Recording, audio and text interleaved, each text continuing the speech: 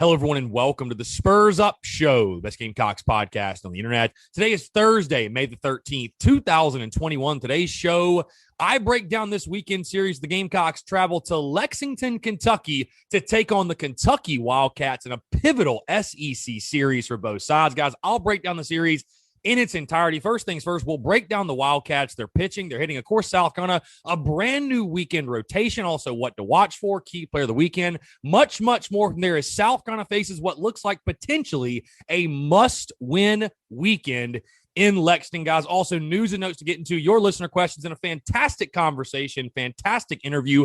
Former Gamecocks tight end and friend of the show, Andy Boyd, joins me once again. We talk about his career at South Carolina, of course, the hiring of Shane Beamer, the new culture and direction of Gamecock football. Great conversation. Always fun having Andy Boyd in the studio. Got him live in studio for you guys today. So sit back, relax, enjoy. Got a packed show here on a Thursday. It's all brought to you by our friends over at Upstate Movers Group. Guys, Upstate Movers Group, superior moving service. They bring care and attention the companies can't offer because they're just too busy maintaining trucks and profiting off of them instead of focusing on service. Guys, service is what separates Upstate Movers Group from the competition. They're not a trucking company. They're a moving services company, and they're also employee-owned co-op. The movers are paid twice the industry average, and everyone on the crew is invested in your success. They have dedicated professional crew members, and they also offer black glove service. They offer end-to-end packing services, custom crating and packaging for special items, and cleaning services as well. They are founded by Greenville natives and University of South Carolina alumni, guys, so a Gamecock-owned small business. They also offer 20 years of project management moving experience, and they can offer logistics and solutions that traditional moving companies simply do not have the skills for. Guys, whether in the upstate or across the state of South Carolina, if you have any moving needs in 2021, be sure to check out our friends over at Upstate Movers Group. You can find them on social media at Upstate Movers Group. Or, of course, if you have any other questions, go to their website, upstatemoversgroup.com. That's upstatemoversgroup.com. Be sure to check them out and tell them Chris from the Spurs Up Show sent you. Let's get it.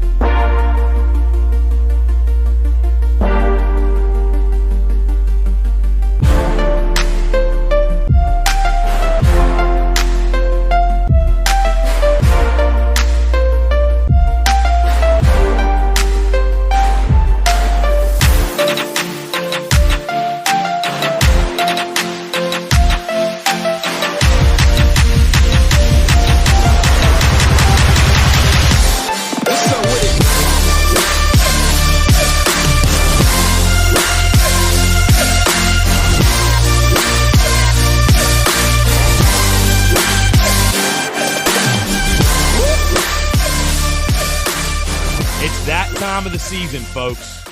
We're getting down to the nitty-gritty, crunch time, where the games get bigger and bigger and bigger, and the weekends get even more important and more important. We're creeping oh so much closer with each and every single passing day, each and every single passing game to the postseason. And over the next few weeks, the Gamecocks' postseason hopes and dreams will either be made or dashed right in front of our very eyes. And it starts this weekend in Lexington, Kentucky. Folks, again, hope you're all doing well. Happy Thursday, guys. I'm Chris Phillips, your host of the Spurs Up Show. As always, appreciate you guys tuning in, guys. We got a packed show here on a Thursday. Very excited to chat with you guys here on a Thursday. My first question, though, is who in the world left the sprinklers on? And I'm talking about the weather. Dude, the weather in Columbia. I don't know if you guys are around this area. If you are, though, you know what I'm talking about. Probably the state of South Carolina, too. But the weather, it's like 50 degrees. We're in the middle of May. What in the world is going on? I'm more irritated about that than I am anything else right now. I'll be totally honest with you. Guys, I went and bought a pool for the summer off of Amazon. I did this last year during quarantine. You guys might have seen on my personal Instagram or just seen on social media or whatever. I had a blow-up pool, right, in my backyard. And it did wonders over the quarantine. Just hanging out, chilling, lounging in the pool, drinking seltzers, drinking tequila, just whatever. You know what I mean? Smoking a stogie, having a good old time. And I thought to myself, okay, well, you know what? That sounds like another good move because I live in a duplex. Just to tell you guys, I'm not going to tell you my address or where I live or anything, but I live in a duplex in Columbia. So I'm not in an apartment complex, so I don't have like an apartment complex pool, if you will, at my disposal. So I'm like, okay, I've got a little slice of backyard. might as well have a little pool set up. You know what I mean? When it's a hot day, it's really convenient. Can just step outside, boom, lounge in the pool for an hour or two, have a good time. And so I bought the pool off of Amazon, right? I got it like last week thinking to myself, okay, hey, it's May. It's going to be hot soon. Here we go. Pool season in full effect. And I get this 50-degree weather. What is going on? Mother Nature, relax. Give me the summer. Give me the heat. I love the heat. Give us pool season weather, damn it. Other than that, I guess if that's my worst problem, though, then I'm having a good day. But again, appreciate you guys tuning in, man. Like I said, we got a lot to get into. Talking Kentucky series. We're talking news and notes that includes recruiting as well, by the way, with a decommitment. We're talking listener questions. We're talking a great convo. Anytime, and it's been a long time, by the way, just with COVID and you get busy and things happening. We have not had an in-studio guest interview. It's been quite a while. And Andy Boyd was gracious enough to take a bit of his time to come sit down in the studio. And the conversation, guys, when Andy Boyd comes by, the conversation's legendary. Andy is one of those dudes, I tell you, he ought to have his own podcast. And I know he'd probably laugh at this if you heard me say it, but this dude could just go on and on and on. He will talk your damn ears off. And he did that in this interview, in this conversation as well. And great intel, though. Great stuff on Coach Holtz, Coach Spurrier, Shane Beamer, direction of the program. Really good stuff and a conversation you are going to want to stick around for later in the show. But guys, like I said, let's start South Carolina traveling to Lexington, Kentucky this week in the second to last SEC series of the 2021 college baseball season. It's crazy. It's crazy that I'm saying that. We're almost done. The season's almost over, and literally the postseason picture is starting to take shape in front of our very eyes. And again, this weekend's going to go a long, long way in determining that postseason future. Again, Gamecocks, Wildcats in Lexington.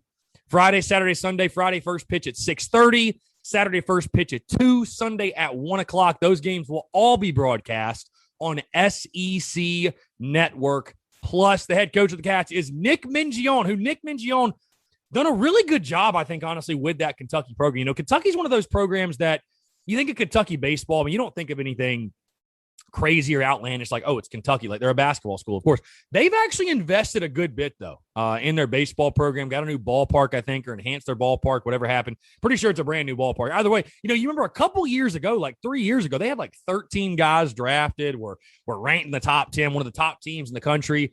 Since then, it's been a little bit of a struggle, but overall, I think Nick Mingione's done a pretty damn good job in regards to building up that Kentucky baseball program. And if nothing else, bringing them up to a level of respectability in the conference, which I feel like that's what's made the SEC, guys. Just on a side note, that's what's made the SEC so good. That's why SEC baseball is unlike anything else, because even the bottom teams, I'm calling Kentucky a quote unquote bottom team. And that's meant with no disrespect, because damn, I'm about to tell you their record's damn near the same as South Carolina's this season. But, a team like Kentucky that's not a traditional power, they could go in the ACC and probably compete for the title. These bottom tier, quote unquote, bottom tier, like I said, SEC teams could go compete for championships in other conferences. It's absolutely crazy. But again, this 2021 season been very up and down for Kentucky. They're 27-17 overall, 11-13 in the conference. But like I said, guys, not much different than South Carolina. Their last series, they actually took game one against the Florida Gators, beat them 7-5 at Kentucky Proud Park. Lost the next two, though, 8-5, 9-2. They're coming off of that series loss. They lost 2 of 3 to Tennessee. Beat Alabama 2 of 3 before that. Lost to their rival Louisville. Lost 2 of 3 to Georgia. Let's see. How many series have they won? They got swept by Mississippi State. Actually swept Auburn earlier in the year, which is it's insane how bad Auburn is this year. Took 2 of 3 from Mizzou. So it looks like they've won 3 SEC series this year, with the big one again being the sweep of the Auburn Tigers, which, like I said, guys, Auburn is absolutely abysmal this year for whatever reason. Let's take a deep dive into the Wildcats, guys. Talk about their pitching, talk about their hitting. We'll start on the mound. A 4.57 overall ERA, but a 5.68 SEC ERA. Here's some stats that'll interest you guys. Get this. They actually lead, and this isn't a good stat to lead in at all. They lead the SEC in hit by pitches on the mound. And let me pull it up there. They have hit, let's see, how many guys have they hit? They have hit, I just had it pulled up. They have hit, here we go. They have hit 66 total batters this season. Also, hey, they've done a good job, though, limiting the long ball, tied for second with just 40 home runs allowed as a staff. Guess who they're tied with? The University of South Carolina Gamecocks. 40 home runs allowed, just 40. That's a pretty damn good number for a pitching staff. Their starting rotation looks like this, guys. Friday, they'll roll out right-handed pitcher Cole Stump, who is definitely the ace of their staff.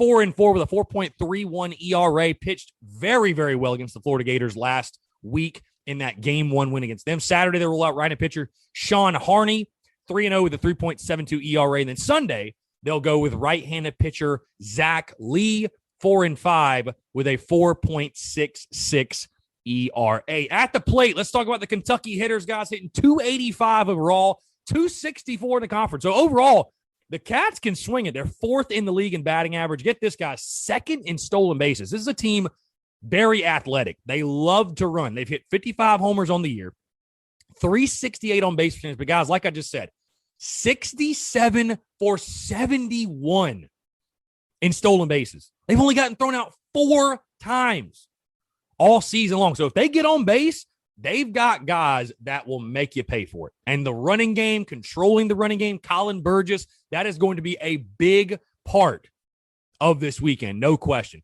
Let's move into players to watch for Kentucky, guys. I'm going to start with their catcher, Colton Kessler, leading the team in average, hitting 374 on the year, 6 home runs, 19 RBIs. You then move to first baseman TJ Collette. You know, the Gamecocks have Wes Clark as their big basher. TJ Collette is that dude in Lexington, hitting 302 with 15 home runs and 47 RBI on the year. And then finally, you know, I talk speed. Hey, infielder, outfielder, Austin Schultz is the definition of speed, hitting 333, 4 homers, 21 RBIs, but 20 for 22 on the base pass. 20 for 22. It's like an automatic double when he gets on first base. So definitely, again, something to keep an eye on. Colin Burgess going to have his hands full when it comes to limiting this Wildcats running game. Let's move to the South Carolina side of things, guys, because there's a lot of storylines. There are a lot of storylines going into this weekend. And we got to start with the weekend rotation. Again, updating the rotation. Same as last weekend, except for one big change. Friday, Sunday will stay the same with Brandon Jordan starting on Friday, Thomas Farr starting on Sunday, but Brett Carey sliding into the weekend rotation, guys. We're going to move into what to watch for because I want to start there. Brett Carey sliding into the weekend rotation. Will Sanders getting bumped back to a bullpen role that he was in at the beginning of the year. But Brett Carey getting the start on Saturday. What does it mean? What does it tell you? And do we like the move? I'll tell you this, guys, because I was a little bit surprised. I really thought they would roll with the same exact weekend rotation. I know Will Sanders has been up and down. I know he hasn't pitched his best baseball of late, but I really thought, you know what? They're going to roll with him, whatever.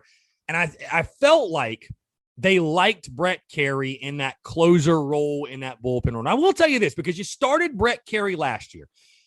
And you guys all remember when the Gamecocks had Matt Price, right? One of the most decorated relievers, arguably the most decorated reliever in Gamecocks history, whatever.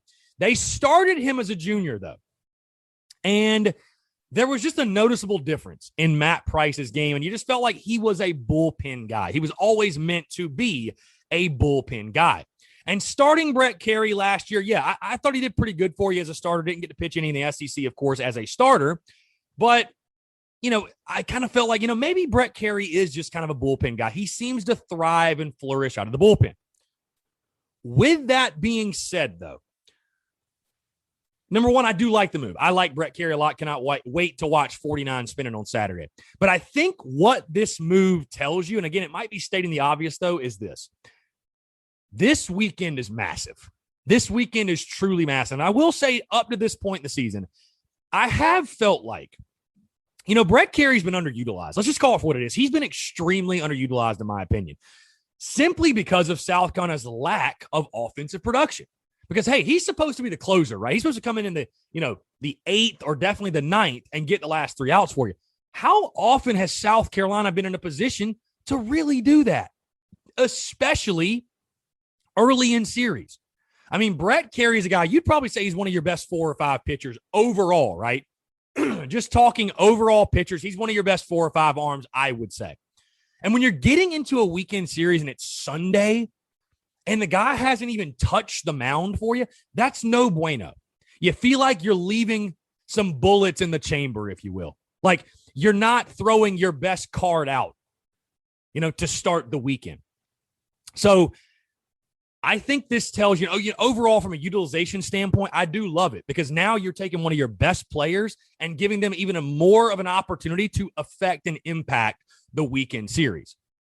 Also, like I said, I think it shows you that this staff and this team understands just how important this weekend is. Look, you're getting to the nitty gritty. You're getting into crunch time. You are 12-12 in SEC play. Bottom line, and I'm going to talk about this here in just a second, but you got to win 2 or 3. You got to win this series. You got to win this series. You've got Tennessee left after this, who's ranked in the top 5. And yes, they're at home, but you got to take advantage of this weekend. I know Kentucky's a quality ball club. I'm taking nothing away from them. But you feel like, listen, I mean, you've played Mississippi State, you've played Arkansas, you've played Ole Miss, you've played Florida, you've played Vandy. They're not on that level. Call it for what it is. They're not on that level. So you got to go down, or you got to at least go with your best available options. And I think you couple that with the struggles of Will Sanders late. And again, he's a true freshman. You're going to go through your ups and downs. He's going through, I think, the normal freshman growing pains. And don't get it mixed up. Will Sanders is going to have a very, very big role in the series this weekend. But again, I think it just shows you this staff understands, this team understands that this weekend is massive. And you got to go down with your best guy, and you got to go with the hot hand. We saw Brett Carey earlier in the year against Vandy. We saw him this past weekend, of course, on Sunday against Mississippi State, absolutely dealing. And you look at a guy like that and what he did against that lineup, you say to yourself, if you're Kingston, if you're Meade, you know what? He's got a hot hand right now. And Will Sanders, he's been scuffling his last couple of times. I mean, you think Will Sanders, struggled against Arkansas. I mean, he pitched okay, but struggled against Arkansas, struggled against Ole Miss, and then struggled in this last one against Mississippi State. 3 bad starts in a row. So I totally understand the move. Again, I think the fan base is definitely on board from everything I've seen on social media, all the comments. It seems like you guys are really excited about it. And, I can see why. Brett Carey has thrown really, really, really well this year. He's thrown well.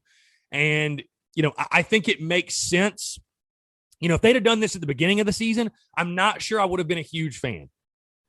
I'm not sure that I would have been a huge fan of it. It's like, I feel like Carey maybe is more of a bullpen kind of guy because it just seems like during his entire career, he's got sort of that stopper mentality. He's got sort of that mentality of a guy that comes out of the pen and throws really good innings for you.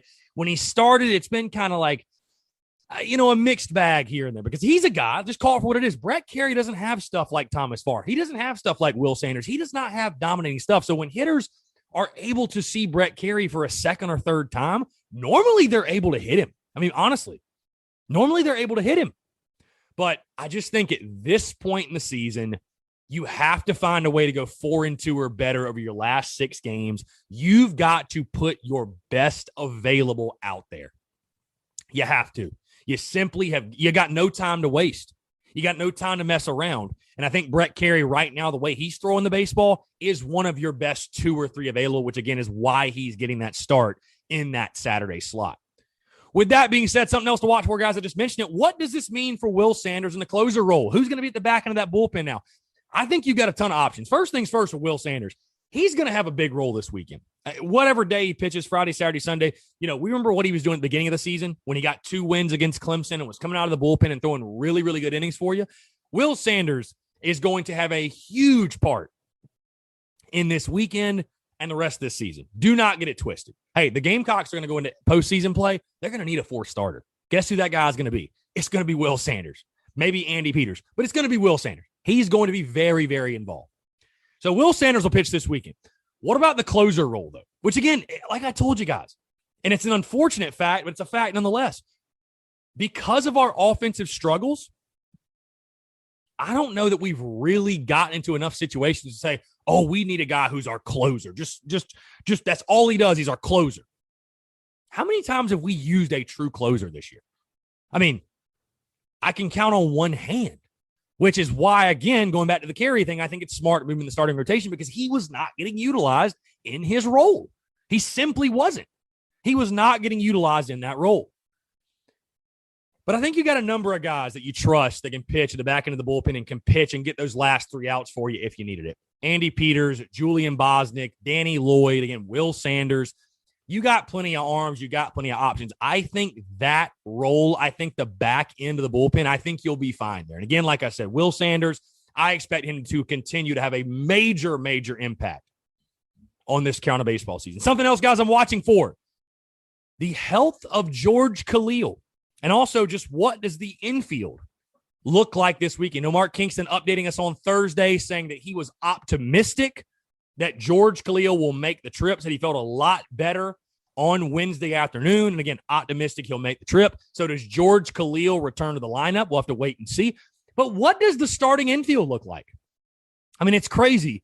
You go from, okay, who the hell is our third baseman? Who's going to hit enough to be that guy? And now you look and you say, man, Brandon Malone, I think, swinging it pretty well. Jeff Heinrich's obviously come off the bench and is swinging it really well. Michael Robinson had a hell of a night at Clemson. All these guys are kind of making their case to get more playing time. So who starts in the infield? And then Braylon Wimmer, who got the night off Tuesday at Clemson, which I think was the right move. Braylon Wimmer, really talented hitter, really good hitter. He has been scuffling. I mean, he has been ice cold, guys. Ice cold. And at some point, you got to give a guy a day off. You got to give him the chance to take a step back, catch his breath, reevaluate and say, okay, what do I need to do? Just to clear the mind, something. But what does the infield look like? Who if George Khalil's playing, let's say, too. Hey, does George Khalil even start? What does the infield look like? And I think it's a great problem to have. Hey, this is the problem you want to have. The problem you had before of shuffling guys in and out of third base because nobody's hitting, that's not the one you want to have. You want to have the problem of, okay, everybody's hitting. How do we pick? Make it tough on the coaches to pick a starter. That's where you want to be. So I think you're going to see them all in some capacity. I think Brennan Malone is probably going to be at third base all week, and I think Jeff Heinrich will certainly play a lot. Robinson might see his time there as well. Dude, the way he swung it at Clemson, why not? Why not? Making it tough on Mark Kingston. So what does that infield look like with the Gamecocks? And then first base, too. You could say first base. Wes Clark's been playing a lot of first. Is it Wes? Is it David Mendham? Got a lot of options, which options are always a good thing to have. Something else I'm watching for, guys, and probably the thing that we're all keeping the closest eye on. Again, I've said this before. I don't give keys to the weekend necessarily because I feel like every single weekend they'd be the same. You can't walk guys. You got to play clean defense, situational hitting, you 2-out hitting. It's just common sense stuff with a game of baseball. You know what I mean? You don't have to reinvent the wheel when you're trying to win. You do the small things, the little things right. They all add up, and you're going to have a successful weekend. But situational hitting, and I talked about this yesterday on social media, but productivity. That is what I'm going to be looking for. Is there any sort of shift in the mindset? Is there any sort of shift in the approach? I'm not looking for a wholesale change to the approach. And I don't think you're going to see it. I really don't. Because at this point, you kind of just are who you are. You swing your swing. That's it. Your approach is your approach. And you can always make an adjustment, but I would just be really surprised if the entire approach was just scrapped. But guys, as we saw against Clemson, as we saw last weekend against Mississippi State, as we've seen really all season long, situational hitting, and if you don't know what I mean by that, I mean hitting with runners in scoring position, man on second, less than 2 outs, man on third, less than 2 outs, getting a bunt down, executing a hit and run. Everything that is not power, everything that's not a home run. When it comes to situational hitting, that has been this team's Achilles heel for most of the season. I mean, leaving bases loaded, nobody out. Leaving guys on second and third with 1 out. Leaving a guy on third with nobody out. I mean, it's been ridiculous. Are the Gamecocks somehow able finally to improve on the situational hitting and go from being a lineup with a bunch of power guys to a lineup full of a bunch of productive baseball players, productive hitters? Because that's what you got to see more of. The power is going to be there. And guys, I love the power. I love it. I love power baseball. Hey, Justin Smoke's my all-time favorite Gamecock. I know I've said that a couple of times. But that dude is the all-time power bat when it comes to South Carolina. I loved those teams with Smoke, Disher, Darnell Havens, all of them. But if you cannot execute situational hitting, If you cannot drive in a runner at second with less than 2 outs, especially when it's no outs, if you cannot drive men in scoring position with less than 2 outs, if you cannot do your job, if you cannot ever come up with a clutch base hit, not a home run, a base hit, if you cannot do those little things, you will not win this series, and you will not have the type of season, or at least finish to the season, that you are looking for. You simply will not. Hey, Kentucky swings it, man. 285 overall, 264 in conference. You're hitting like 219 in conference. Kentucky swings it. They're going to swing it. They're going to hit. I trust the pitching staff, but they're going to hit. You're going to have to hit to win. You can't leave double-digit runners on base. You left 13 of them stranded the other night. You cannot do that. That is not winning baseball. And this lineup, I want to make one thing very clear. This lineup is very capable. I believe that this lineup, we saw it early in the season. We did. We saw it early in the season. I saw a lot of guys early in season trying to drive the baseball, not hit home runs, but drive the baseball gap to gap. And what I thought early in the year was we have a lineup full of a bunch of really, really good hitters that also have a lot of power, which is a great thing. I mean, again, guys, I love the home run. The ability to be able to change the game with just one swing of the bat, that is only a plus. I mean, when you have guys like that in your lineup, it gives you a chance no matter what the score is. But simply put, the lack of execution in simple situations, they're simple situations. Getting a bunt down is not hard. Man on third with 1 out, hitting a fly ball to the outfield and getting that running on a sac fly, that's really not that hard. I mean, I don't want to sound ignorant because, again, I understand how hard it is to hit a baseball. But these are not complex situations. If you cannot execute and do those little things right, if there's not a shift there in the mindset, again, 0-0, 1-0, you're heading to count, get your swing off, get your money's worth. But I want to see some guys be productive and be teammates this weekend in Lexington. Be a teammate. Do what this team needs to get the job done, to score runs. Runs are at a premium for us. We cannot afford to leave guys on base. And on the road in the SEC, you can't afford to do that. You absolutely cannot afford to do that. So again, situational hitting. Again, I know I'm watching for that. That's what we're all looking for. That's what it all comes down to, I think, this weekend. Hey, what's the key to Gamecock baseball? Execution at the plate. Bottom line. Pitching will do enough. Pitching will more than do enough, I believe. Situational hitting. Execution at the plate. Be a teammate. Be a productive baseball player. Power is nice. Productivity is better. Be a productive baseball player. Execute in the situation. Hey, if you get the bunt, get it down. Runner on third, less than 2 outs and the infield's in. What do you got to do? Hit it to the outfield. Execute. Runner on third, less than 2 outs, infield's back. What do you got to do? Execute. Hit a ground ball. Hit it up the middle. Whatever you, by any means necessary, get that run in. Strikeouts are no good. I don't care if it's the new age of baseball, the new culture of baseball that says, oh, you're going to strike out. You know, everybody's so worried about, spin rate and launch angle and exit velocity. And those things are great. The analytics are fine. I've got no issue with the analytics. But people are so worried about that instead of just being a productive baseball player. Executing in those moments, doing the little things right, that's what wins ball games. And that's what loses ball games, especially at the college level. And we got to be better at that, bottom line. Last thing I'm looking for, guys, is this. And again, the move of Brett Carey to the weekend rotation confirms this. This team and this staff, they know how important this weekend is. But I would ask you guys this question. Is it too bold? Because baseball is a marathon, not a sprint. And I think especially to call any weekend a must-win week, like you have to win. It's a must-win. Must-wins don't really exist in baseball unless it's Game 7 of the World Series and it's literally the final game, right? And because there's always another game. There's always another game until there isn't. But is it too bold to call this weekend a must-win weekend? Because I'll be honest with you, it is. This is a must-win. There's just no other way to put it. The Gamecocks are facing a must-win weekend. After you got swept at Ole Miss, I told you, hey, bad weekend, but you're fine. But basically what you've guaranteed is you got to sweep Kentucky.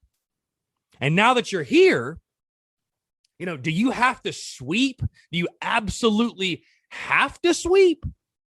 No, you don't have to sweep. Now, would it help your cause a lot? Yeah, it would. Because, again, you're 12-12 right now. And, hey, Kentucky's fighting for their postseason lives, too. They're 11-13. They're right there behind you. So it's just as important for them as it is for you. But when you're talking about a South Carolina team that has lost 3 straight series, needs to get to that 16-14 mark, I believe, a team that's still fighting to host a regional. And again, a Gamecocks club that after losing 3 straight series, you would certainly think is going to be coming to this one desperate. You remember when we played Ole Miss? And I told you guys, this is a desperate ball club that lost 4 series in a row. That's kind of how I look at South Carolina. If this is not a team playing like a desperate bunch, then I will be shocked because that's how they should be playing. I mean, this is must-win territory because you got Tennessee next weekend, who, by the way, is ranked in the top 5 in the country. Tennessee baseball is on another level this year. I don't know. It's stunning to me, too. But you have got to find a way to take at minimum 2 of 3 this weekend, at minimum. And really, you need to sweep. I give our good buddy, for those that tune in the Daily Crow every day, which if you don't, by the way, you should, noon to 1 every single day, Facebook, YouTube, and Twitter. But I give our good buddy Adam Ritter crap all the time, which I love you, Ritter. I know you're tuned in. I appreciate you. I love to give Ritter, I love to poke at Ritter a little bit because he's always talking about, is it time to hit the panic button? Is it time to hit the panic button? He's always asking me, Chris, can we hit the panic button now? And again, I've said all season, no, let it play out. We're right where I thought we would be. I thought this team was going to go 16-14, maybe even 15-15 this year, just because of the grind of SEC baseball. Wasn't going to surprise me at all. But I can tell you this: if you lose the series this weekend to Kentucky, you have my permission to hit the panic button. And yes, that even includes you, Adam Ritter. You have my permission. Because any hopes you have of hosting a regional, you lose 2 or 3 this weekend or worse, you can forget about it. You can flat out just forget about it. Because again, to host 15-15, I think you're pushing it. I really think you're pushing it. If you can finish 16-14 or better, I think you're pretty safe in regards to hosting a regional. So again, I'm curious, would you guys call this a must-win weekend? Because yours truly, me, I do. It's a must-win. If you want to talk about, how good Mississippi State, Ole Miss, and Arkansas were, and they are, but if you want to talk about that, and I know the transitive property does not work in baseball. It doesn't. But if that's what you want to hang your hat on, you haven't had a bad series loss this year, really, outside of getting swept in Oxford. But, you haven't had a series loss where you just look back on the weekend and say, my God, what happened? Every team you've lost to is ranked, and most of them are in the top 10. But with that being said, if that's what you're going to hang your hat on, you better take care of business this weekend. You better find a way to take care of business. Bottom line. Your postseason hopes, hang on it. So again, a must-win weekend for the Gamecocks, in my opinion. Guys, let's move into key player of the weekend. And I'm switching things up a bit here because what you're going to notice is the key player of the weekend is not a player at all. The key player of the weekend is not a player at all. You come into this weekend, the right buttons need to be pushed. And you've already started to see that with Brett Carey sliding into that Saturday role. Who starts at third? Who starts at second? Who starts at short? If you're in a late game situation, who gets subbed in? Who gets subbed out? What do the matchups say to do? Where do you put guys in the lineup? Who do you put in the lineup? Who do you put at DH? All of those decisions. And again, there's a slew of guys I could have picked for this. Some obvious ones. Brady Allen, Wes Clark, Brandon Joy, whatever. But when I look at this series, Mingion's a really good coach. It's going to come down to pushing the right buttons. And I've told you guys before, I feel like at times he's had a tendency to overthink things just a little bit. And I don't think it's really cost you dearly yet, but it could. This team needs to have its best weekend of the season. And its coaching staff, and most notably its head coach, needs to have his best weekend of the season. And, of course, I'm talking about Gamecocks head coach Mark Kingston. And this one's big for Mark Kingston. Do not get it twisted. Listen, I am a Mark Kingston guy still. I am. I have no reason to dislike Mark Kingston. None really right now at all. Again, he's not a perfect coach. None of them are. But I'm still a Mark Kingston guy. But I will say this, with that being said, over the summer last year, a while ago, right, damn near a year ago, about 10 months ago, I was able to talk to the D1 baseball guys, Aaron Fitt, Kendall Rogers, awesome dudes, by the way. They do a great job over at d1baseball.com. We're always referencing their stuff. I'm sure you guys see it all the time. Again, those guys are awesome, do a great job. When I talked to them last year, we talked about expectations for this season. And we both agreed, we all agreed that, this team being a 34, 35 win ball club and going 15-15 or 16-14 in the SEC, was about where we were expecting. But we also made the note that, this is as good a South Carolina roster as you've seen in the last couple of years. Damn good roster for sure. And it should be a postseason team and maybe even, potentially even, a regional hosting team. But those guys also made this point. If South Carolina were to miss the postseason this year with the talent they have on the roster, that is a major, and I mean a major, red flag. And as much as I like Mark Kingston, if you go on the road this weekend and you lose to Kentucky, I am going to start having concerns about the direction of the program under his leadership. I'm not going to be sitting here saying fire Mark Kingston, so don't go crazy over that comment. But I'm going to start saying, wow, like how have you let this thing crumble to this point? How have you let this thing fall off and slip to this point? So there's a number of players I could pick for this, for key player of the weekend, of course. But I just think in this weekend, getting through, especially to your starting nine, to your lineup, and making necessary adjustments at the plate, because it's hard for me to believe that it's not mental. It's hard for me to believe that it's not mindset. And that starts with Mark Kingston. That starts with Kingston and his leadership and his philosophies and his analytics and everything he does behind the scenes. It starts with Mark Kingston pushing the right buttons, putting these guys in position to be successful, stressing and emphasizing those little things. And again, this is a big, big, big weekend for Mark Kingston because, again, you're not hearing tons of people get on the fire Kingston. I think that's silly, man. It's year 4. He didn't even have a year 3. We've had a pretty good year to this point. But you got to win this weekend. You got to win this weekend. I don't think this weekend is bigger for anyone other than Mark Kingston. There's nobody this weekend is more important for than Gamecocks head coach Mark Kingston. I like Mark Kingston. But this is one you got to have. It just simply put, you got to have it. You got to have it. When you looked at the series in the preseason, like I've told you guys time and time before, again, when you looked at the series in the preseason, the SEC series, and you said, okay, these are ones we feel good about. We should win them. These are series where, we're 50-50, toss up, tough series. And these are ones, hey, just don't get swept. Your Arkansas, your Mississippi State, your at Vanderbilt, those type of series. This Kentucky series was in the, hey, we should win. I know it's on the road, but we should win. We're better than Kentucky, bottom line. So you got to take care of business, and it starts with the head man pushing the right buttons for you at the top.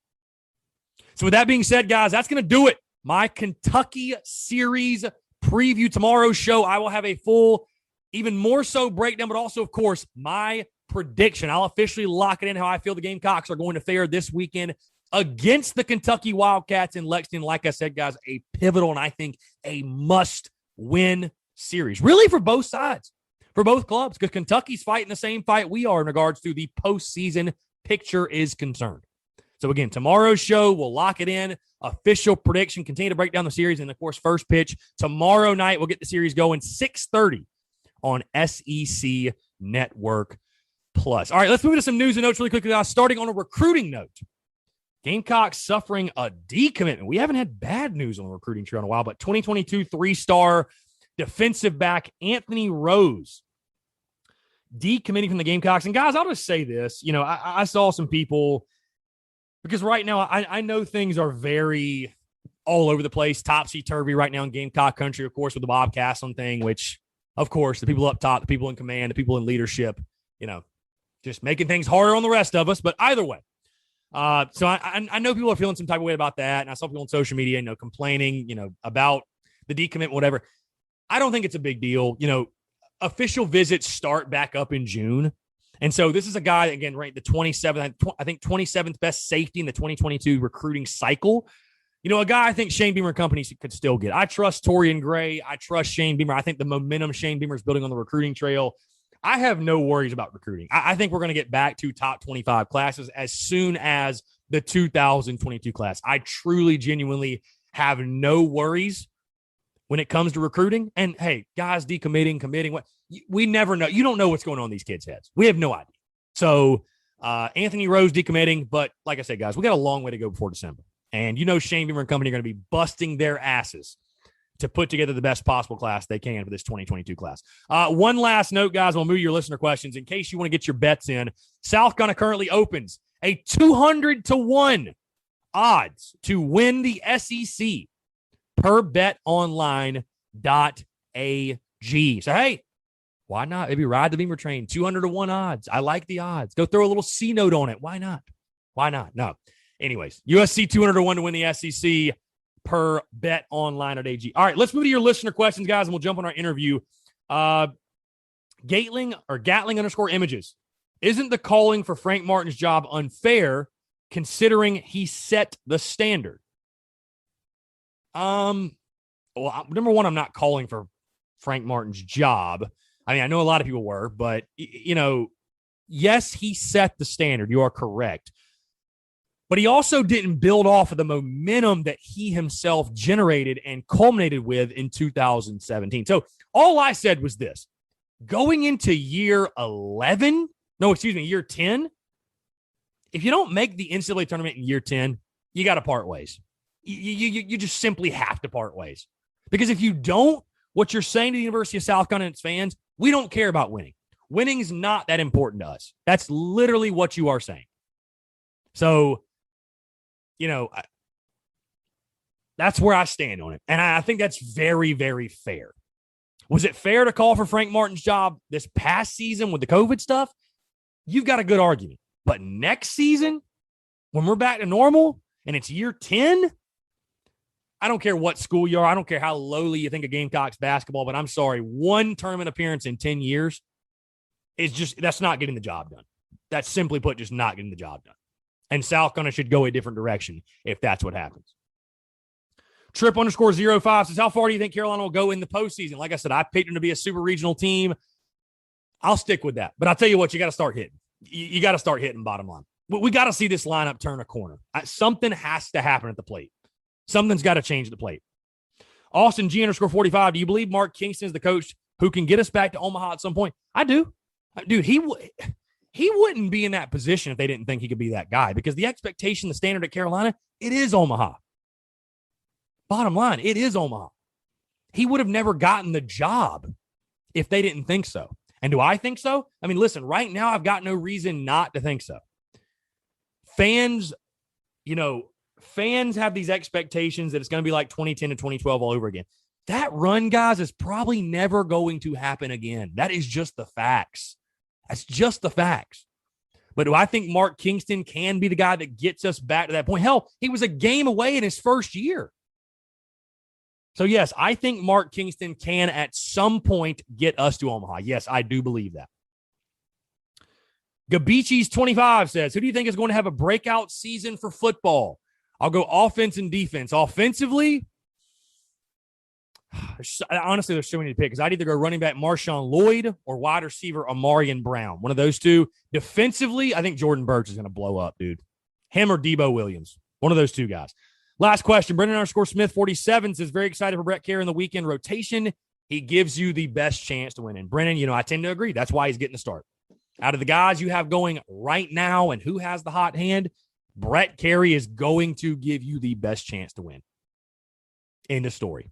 So, great point by you, Brendan Smith 47. With that being said, we're going to get in our interview. Like I said, guys, former Gamecocks tight end Andy Boyd joined me in studio. Always great when we have guys come by the studio. The conversation, it really just hits a new level, and it's so organic and it's so natural. So I appreciate Andy Boyd taking the time, guys. So sit back, relax, enjoy. This interview is brought to you by our friends over at Manscaped. Guys, breaking news, by the way. This important PSA is brought to you by Manscaped.com. Delete that.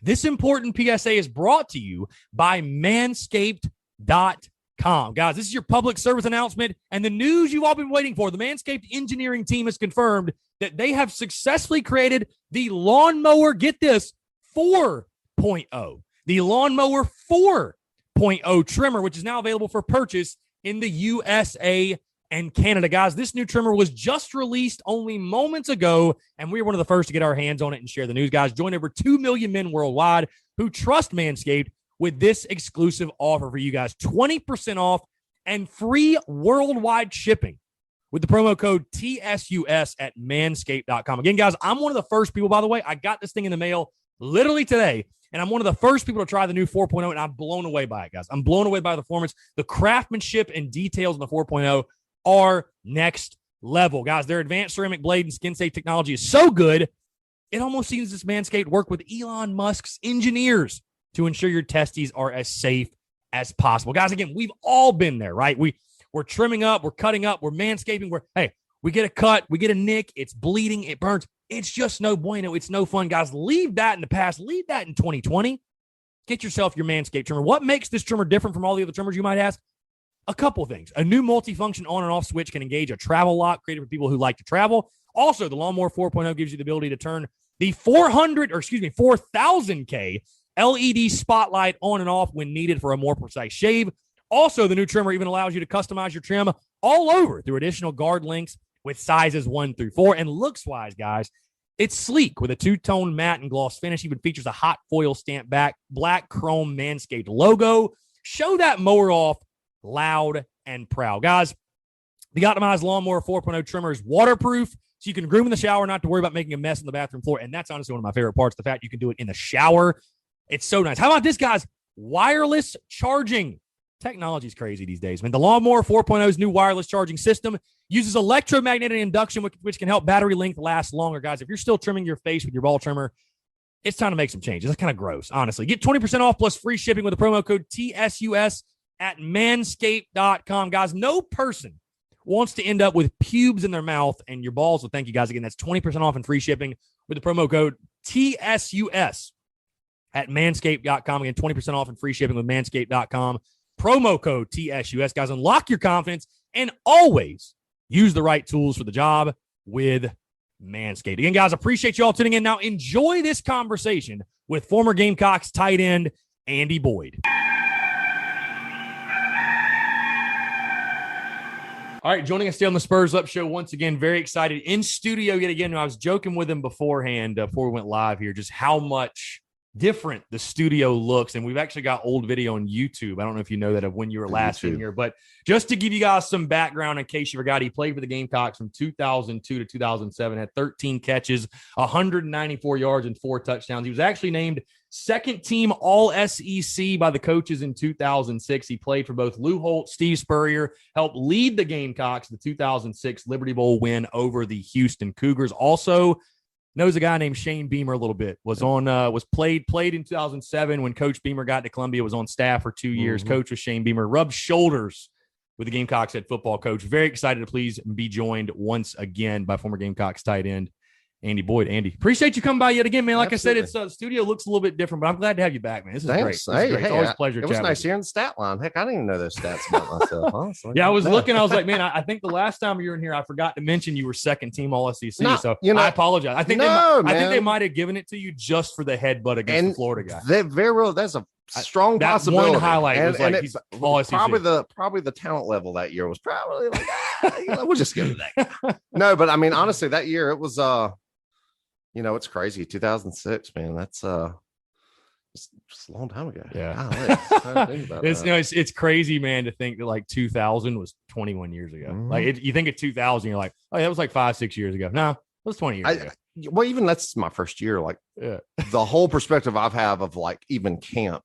My first year was like the last year of like the true two-a-days, where it was freshmen came in 2 days before the varsity or the upperclassmen guys, and then it was 3 weeks of 2 days. And then every year after that, it was like, all right, first week is single, everything after that. Then it started alternating, and then it just slowly phased out the entire 2-a-day aspect of things. So just being around that long, and obviously it's kind of more the aspect of smarter, not harder, bodies grinding and all that stuff too. I don't think kids today could even fathom 2-a-day practices. Oh, I mean, I can't even fathom. Well, I mean, even I'm pretty sure I've heard tales of 3-a-days. Yeah. On the weekends and stuff, and caught the old school days, and it's just like, golly, I mean, and it's just that different mentality of toughness and stuff. But I know last time, Andy, we dove into your career, so we're going to touch on that a bit, but obviously I want to get your perspective with Shane Beamer and kind of currently what's going on with Carolina football. But again, you're from Concord, North Carolina. Always. Your first year at Carolina, 2002, right? Yep. That was your first year. And so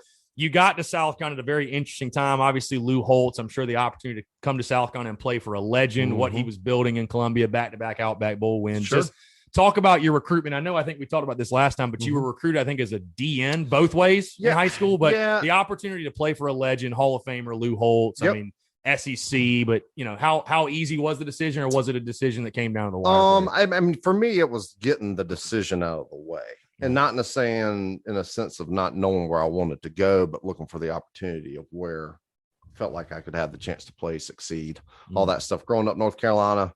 I had coaches around me in high school that played at Chapel Hill, grew up a huge Chapel Hill fan, even when, the first time Mac Brown was there, Dean Smith era, that's what we watched every Saturday. Because, I promise you can still go up to Charlotte and Concord on a Saturday, and very rarely, if it was a local Lincoln Financial game, you wouldn't see an SEC game. You'd always see ACC. Who could forget those noon Lincoln Financial So a lot of it, grew up a huge North Carolina fan, but again, played linebacker in high school. And again, had my heart set on North Carolina and stuff, but just, as you go through the process, where people start showing you love and showing you where, they think you can be a fit for the program. And obviously at the time with South Carolina, they just came off back-to-back Outback Bowl wins. Obviously the program was changing, seeing where the turn of the tide was. And to me, it was just a place that was different. It just felt comfortable. I felt comfortable with the coaches. And, and even a testament more of even the guys that I got to play, high school and middle school ball with from 7th grade on, I wanted to make sure my focus was on my senior year playing rather than sitting here worrying about every weekend where we were going, who I was going to possibly look to commit to and stuff. But it was just, again, it came down to just to a comfort level.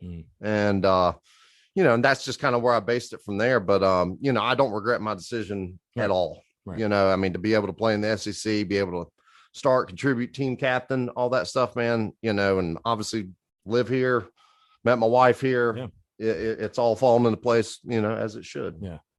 Now, obviously, again, you played for Holtz, legend, and it's funny, man, I know we talked about this off air, but you, Kimry, Strick, I'm able to talk with all you guys and made some great relationships, and like it's what's so cool about it, man, is, and one of the reasons I love doing the interviews and stuff is, I think it's important to talk to people from different eras and generations. Like I've had like Brandon Bennett on and, Tanny Hill and because everybody sets the foundation for the next generation. That's right. Like when you're putting on those guys putting on the jersey this year, they're putting it on for the guys before them, the guys that come after, all that jazz, whatever. But talking to the Holtz era guys, like it was a very unique time because Coach Holtz is truly one of a kind. And also the guys that played for Holtz and Spurrier. Most guys are lucky if they get to play for one Hall of Famer, play for two. God. Oh, yeah. But I know, again, you expanded on this last time, but your interactions with Holtz, I know you have like hilarious hilarious stories. And of course, your buddy Kimry does the all-time Holtz impression. He loves to pull that thing out. He loves to pull that thing out. Oh, and believe me, I don't. He's probably got a better retention of memory too, especially because he was there during the whole years of the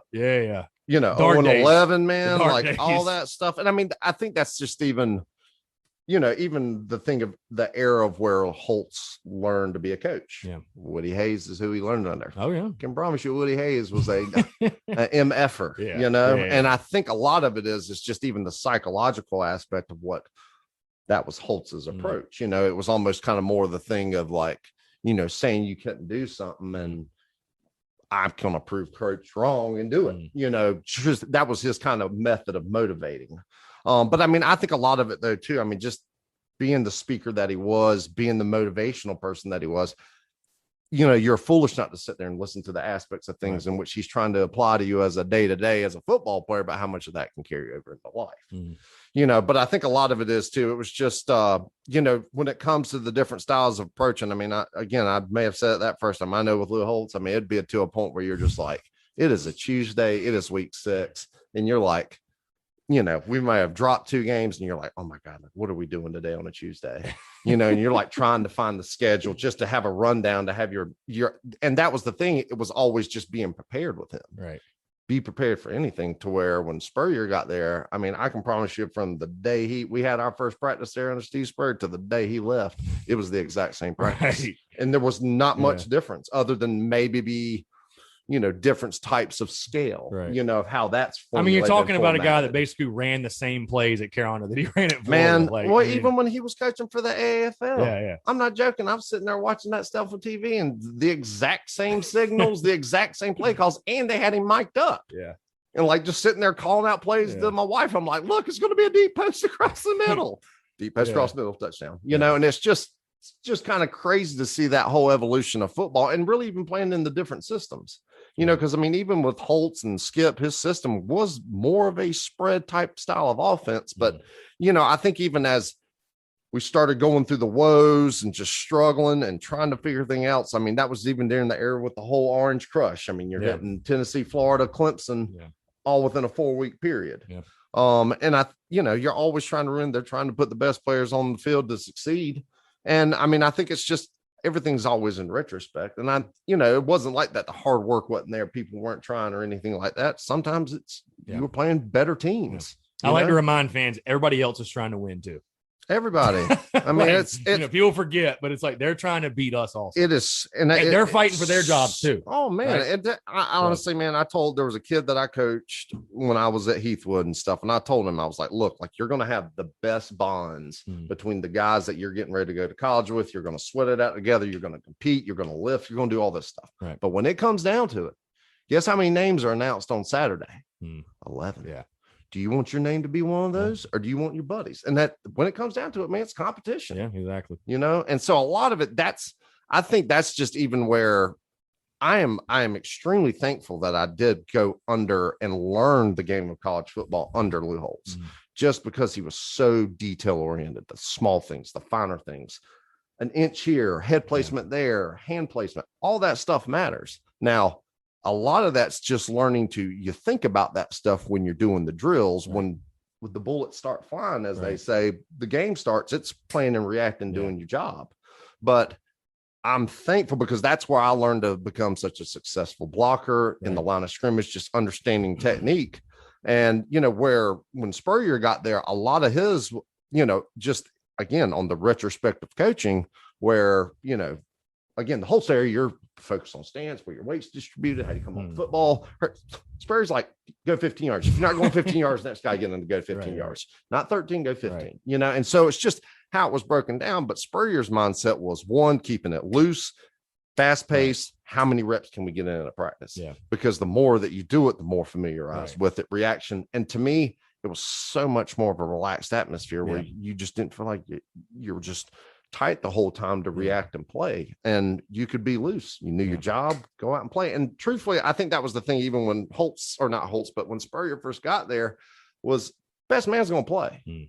Don't matter if you're a freshman, don't matter if you're a senior, you got to go out there and prove it every day. And you have to have that mindset. And even as a professional, even to the next level, it's your job, man. Mm. You know, and so I think a lot of that's just even as a developmental standpoint. Spurrier, to me, treated us more like young men, like a professional in the sense of trying to progress you going into that next step if you're fortunate enough to go there. Right. But it was into the same sense, like if you're not cutting it, next man up. Right. So again, yeah, I think it's interesting. Two Hall of Famers, but very different coaching styles. They both got to the same point, but in very different methods. I'd love to hear like more of what you're saying about when you look at Holtz and Spurrier. And again, you've been in locker rooms with both.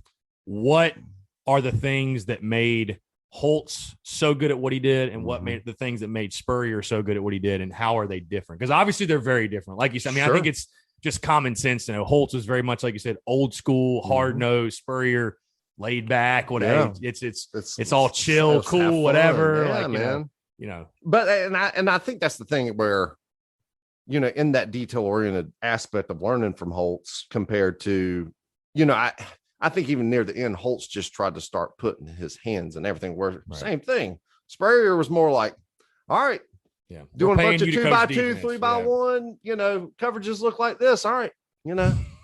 Y'all get to it. We're gonna be in here in offense, you know. And if as things would get worse, then he would be more. That kind of like reminds me like 07 when we went to Kentucky and he pulled Ron Cooper. He's like, y'all want to hear about the coverages? I'm gonna go get the guy. He's like, I don't have anything to do with it. Oh yeah, man. I mean, just like unprecedented, right? And even same stuff like that. And you know, I think even the psychological aspect with Holtz. I mean, like Holtz would be like that. He's like, you know, don't listen to what I say. Don't listen to what I'm putting in the paper.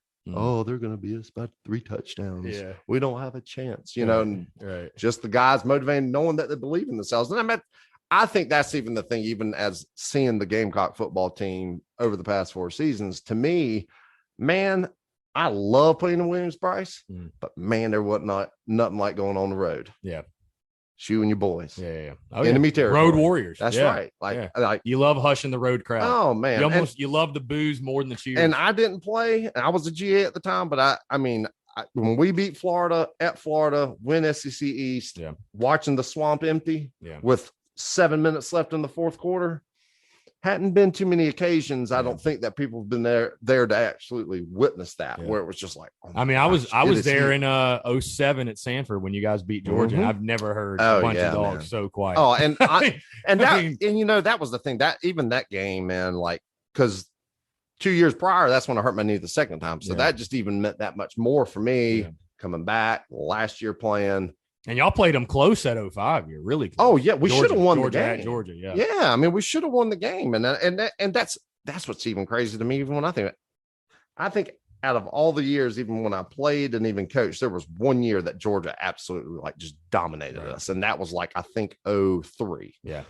It was like David. I think it was like 31-7. Green was quarterback. Like that. They went to one of the BCS bowls. I think they were nasty. They were they were sick. Pretty good. Yeah, but even when I think we lost like 18-0 to them here at home. Yeah. We had 3 opportunities, ball inside the 5-yard line. Yeah, I think I remember it was Blake scrambled to try to get in. He fumbled at 4, and they said he couldn't recover his or something. And fumbled fumbled the snap on the goal line. Oh man, believe me, just my freshman one. I know those probably replay in your mind even more so. Well, and that's what was crazy. That was the birth of Matthew Stafford, even for the 06 game. Wasn't even birth of Matthew Stafford. Wasn't even that was my freshman year. That was the birth of David Pollock. Yeah. I mean, and I don't know if you remember this, the birth of Thomas Davis, who recovered the fumble. Who recovered the fumble late in the game. No, man. I believe me. We started a lot of Georgia players' careers. I remember. Well, I remember when Don Drell got hurt. Yeah. I think that was the 04. I think it was 04 season at home. Yeah. That's when Don Drell hurt his shoulder, and the reason he got hurt is because they had Blue as one safety and Thomas Davis as the other safety. And those dudes came down. Yeah. Oh my God. Yeah. I mean, you're talking about an NFL veteran. Right. And they played linebacker in the NFL, playing safety in the SEC. I mean, it was just came down hit. And I mean, I think that's even more the retrospective, like where my eyes even widen up, even with the competition, as much as seeing it as a recruit, as a fan wanting to play in that conference. Then all of a sudden, I mean, my freshman year, Jason Witten was a junior at Tennessee. Watson was tight end at Georgia. Heath Miller was a freshman at Virginia. Who who else? Yeah, those Virginia there? teams were good, man. Schaub. Oh, You yeah, you man. guys whipped the tail, but well, no, well, no, Schaub the was hurt second that time, game, right? Well, 03, see, 03, 03 is what 03. I'm saying, So 02, we went up there, and that's Yeah. the crazy part. 02, we had 5 turnovers and still Yeah. had the ball in the last play of the game. Yeah. Try to run a tunnel screen drop. Yeah, I feel like it's stop crazy. short. I feel like those Bolts teams, man, the 02, 03 were just a cut. Like It's- it was not like we were like just terrible. No, It was a couple of like, you know, I mean, The like 02 O-line- Georgia, like those close losses. Just the O-line my freshman year. I mean, I will still put that O-line up just of how talented they were, how skilled they were. It's just crazy. We, like you said, we just could not put it together. And I mean, we would have, you know, Andrew Pinnock would have walked in across the goal line for a touchdown to win the ball game against Georgia in 02. But if you watch that replay, it is right there. Beautifully executed. Beautifully executed. You know, took his off. Oh, I mean, it's just love Pinnock. Oh man. Well, I mean, you know, and that's the thing. But and it's even the same thing of even you know, I think even somebody like show a highlight of like Jared. Yeah. When Jared, he's just remembered for Auburn. He's remembered for Auburn. And it's crazy all the great people plays say that. he made. And I'm like, hold and he up caught a now. touchdown earlier in that game, but he's remembered for the drop, not the touchdown. Well, that's it. Yeah. You know, and again, he was a freshman, his first year playing. Yeah. First year playing as a freshman at tight end. Yeah. You know, and it's just like, oh my, like you can't hang that over people's heads, man. Yeah, you never want to be that guy in that scenario. Oh, hey, man. But and that's, you know, honestly, I tell you, that's the thing that I'm probably, if there's anything I'm more thankful of, even when I played, that social media was not what it is nowadays, man. Oh, yeah. You know, I was joking with Rick Henry, you know, the WIS. Sure. Right? But we were just talking about media and social media, and we were talking Gamecocks in the 90s. I'm like, yeah, I'm glad Twitter wasn't around in 98, 99. He's like, yeah, it was bad enough. Yeah. And I mean, to me, I think, but even that gets to that, even when you talk about those years, and even my freshman year in 02, I mean, that place was slam packed, man. Right. Mm-hmm. The games were sold out. You know, and now when the university went to more of a business model to look at revenue generation and stuff like that, I think they have thinned the diehards out because it's expensive to go to a game. Take a family of 4 to a game is damn near impossible. You ain't drinking beer. Yeah, exactly. Exactly. You're trying to feed everybody and stuff. But I mean, I think that's the thing. I mean, the environment, especially even to see just even the evolution of Williams-Brice Stadium from the time I got there. I mean, the weight room was the old training room, and then went from the training room then to now it's I don't even know what it is underneath the stadium now. Yeah. Probably some type of hospitality thing of some sort. It's funny. Kimry was telling me stories about like the cats or whatever. Yeah. And I'm like, rats. Like, they said there were like rats climbing on. And I was like, what? He's like dead cats falling through or something like that. And I'm not joking. I would say this room is literally about the size. My first meeting room at USC, Googe would have he had like a cedar, had a tape deck for watching film, practice film. And then there were 9 huge human beings literally filling the rest of the space in like high school desks. And that's what that was our meeting room. And it's cinder blocks walls. Screw light. You can get no light. It was just dark. And you're just sitting there watching, staying awake, grinding out, watching film. And just even to see the place now, the new facility, man. I mean, that's kids don't know how good they got it. It's nuts, man. It's great. But I think that's the thing. I mean, that everything is there enabled you to succeed. And I, you know, like we said, building the foundation without you know, I think I talked to, I forget who it was, but you know, I've talked to those guys from the 10 to 13 and like, honestly, you guys, you didn't have that, but because of y'all's success. And I think that's the whole reason why that facility exists. It's because of that success we had for sure for that era. And I mean, it's kudos to those kids that came in right there around that 2010, you know, even the freshmen that played there, man. Cause to me, I think you're right. That's where it really started changing. Honestly, even my senior year, even though we went 6-1, and that was the dreaded year you didn't want to be number 6 in the country because you were destined to lose, and we did. Craziest season ever. Oh man, that was nuts. Anywho, but that next year was my first year as a GA. But my senior year, that was like DeMarco, Cliff Matthews, Travian Robertson. All those dudes started coming through, and you could just start seeing the change of the athlete, the type of guys that were being recruited.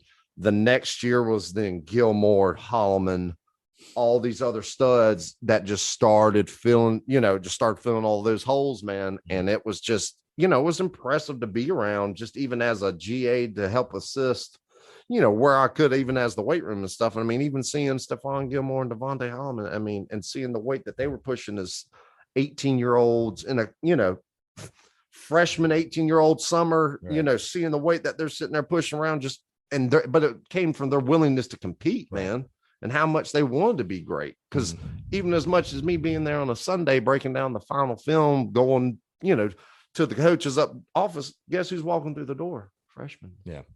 They're coming to watch film, and that's kind of where you're really seeing it. I remember with Spurrier, again, this is before social media, and you just kind of rely on the tabloids and the newspaper. And Spurrier would, I feel like when he first got here, he was complaining a lot about guys skipping out on workouts and it's voluntary, but it's kind of voluntary unless you want to start, then you'll go, right? I mean, that's how every sport, every coach, absolutely, especially that's how it works. Collegiate and the high level, right? That's how it works. I mean, if you want to be great, put in the work. But it became less of he kept staying we're having more championship effort, and I think once that started increasing, he wasn't just saying that; it was actually the commitment to winning got a lot more serious. Yep, and everybody buying it. And honestly, I think a lot of it comes into the facet of those classes staying together throughout the entire time. Yeah. All of a sudden, you're graduating 20 plus kids who are contributing to your football team. Right. That makes a difference, man. It really does. Now with Spurrier, that first game, of course, he gets hired, and it's crazy. A lot of people didn't think South Carolina would ever even hire Holtz, much less hire Steve Spurrier, but for you as a tight end, again, with Holtz, very much hand in the dirt, blocking, run game. Smaller tackle. Were you like, I'm about to get the ball? And then, of course, the first game, you have a touchdown. I was trying to remember, I think it was either going to Florida, Holtz's last year, or even the week of Clemson is kind of where I think we started really hearing the retirement talk. The retirement's happening, and Spurrier's the next coach coming in. Right.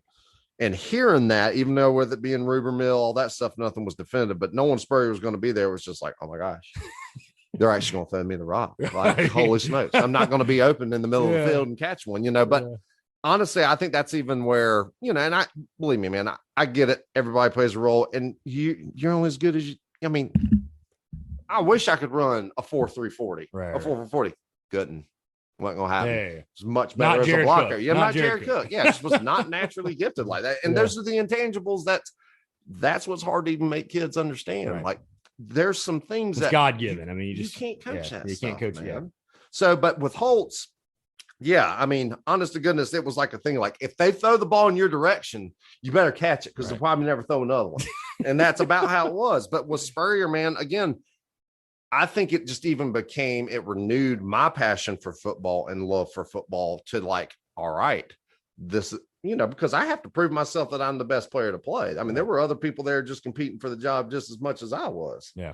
But just to give some people some insight, I was just going to say in the Holtz era, you had a total of 1 catch for 17 yards. It's a touchdown and a touchdown. Yeah, you were the guy at the point. Yeah, you were the guy at that point that everything you caught was a touchdown. That's right. Yeah, they were just we got to make sure he's wide open in the end zone. We got to keep this streak alive. And then the fourth one you caught, you bashed the dude in the head. Oh, 40 yards. Yeah, no, the one that was what was crazy. Even that year, that was my first catch of the season. Yeah, that was third to last game of the year, and I was like, golly, but senior actually caught 7 or 8 balls. But hey, man, I don't know. I swear I was wide open a lot more. Yeah, I talked to my quarterback. No love to the tight end. Exactly. No love to the tight end. But like I said, you walk me through that first touchdown, the UCF game. I mean, is it one of those things the ball's coming that play is designed for that tight end drag? Oh, for sure. Yeah, and one that especially that obviously Spurrier and stuff like that, because I think they pretty much oversold tickets. It was standing. I was at that game. Up against the rails, just slam packed. Obviously, I always looked at it even as the perspective of each year you were starting camp.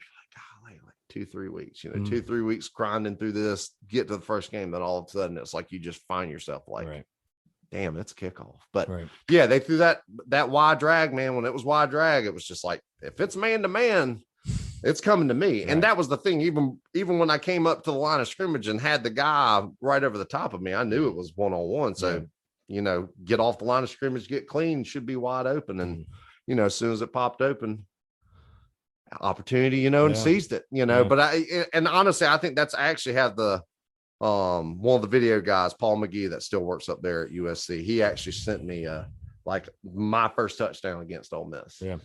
hadn't been able to find that film because that game was, I think it was like a pay-per-view. It was like Comcast. Yes, it was pay-per-view. It was pay-per-view. Yeah, back when pay-per-view was still a exactly. thing. Yeah.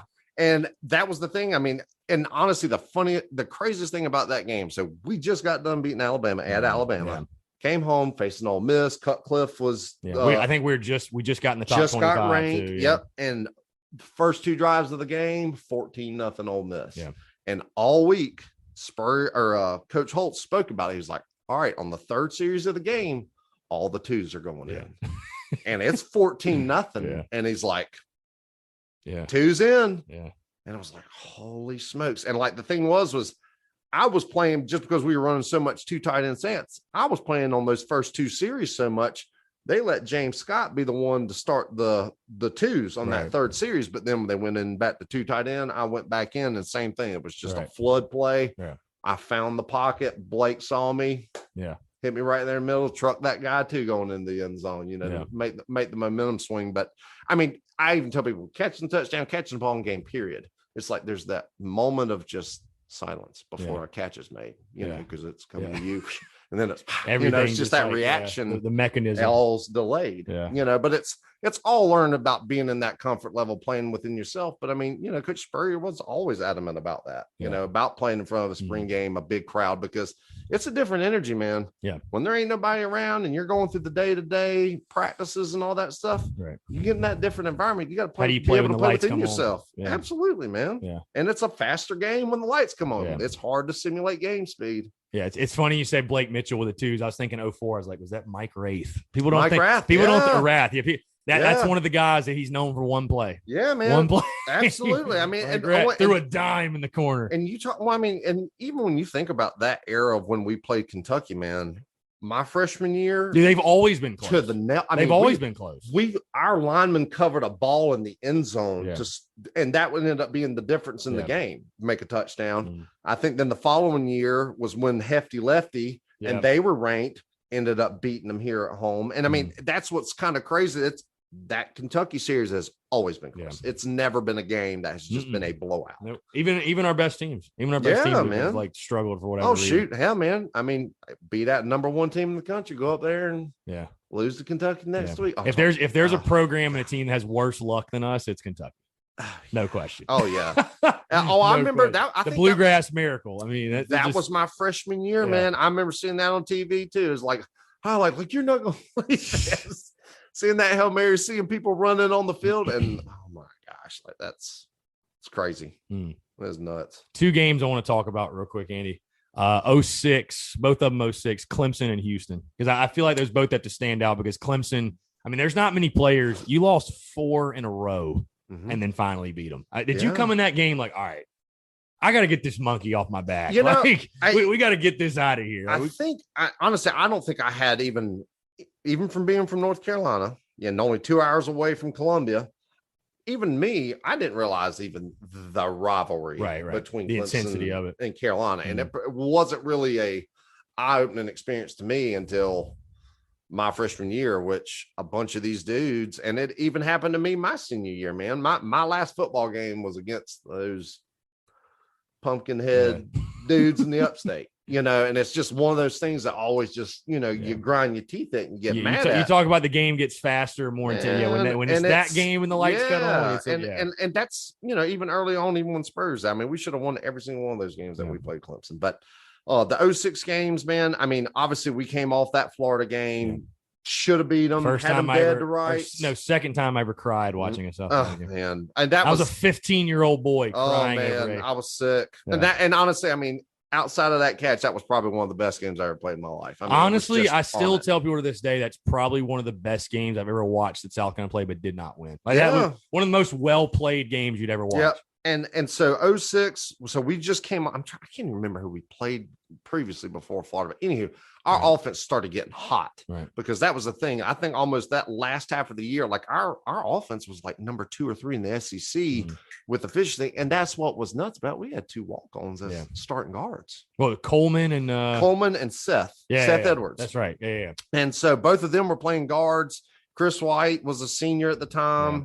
I think Jabari was also a senior, unless he was playing I think Jabari was still playing at that time. Anywho, coming off that high game, we beat Middle Tennessee, obviously keeping the momentum. But going up to Clemson, man, obviously riding high. Clemson was a ranked opponent at that time too. And I mean, I think that was kind of, again, an era which things started changing for the better, because we were down, down by a lot, 14 or even 21, I think. Well, it was 21-14. Yeah. The crazy play right there before halftime. Yeah. We're on like the 15-yard line, ball's batted, D lineman catches it and turns it back for a touchdown. Yeah. Like Clemson is going bonkers. Yeah. It is 28-14. And we're just like, unbelievable, just like, golly. But like when we came out from halftime, and it was just understanding it, you just gotta, it's one play at a time, man.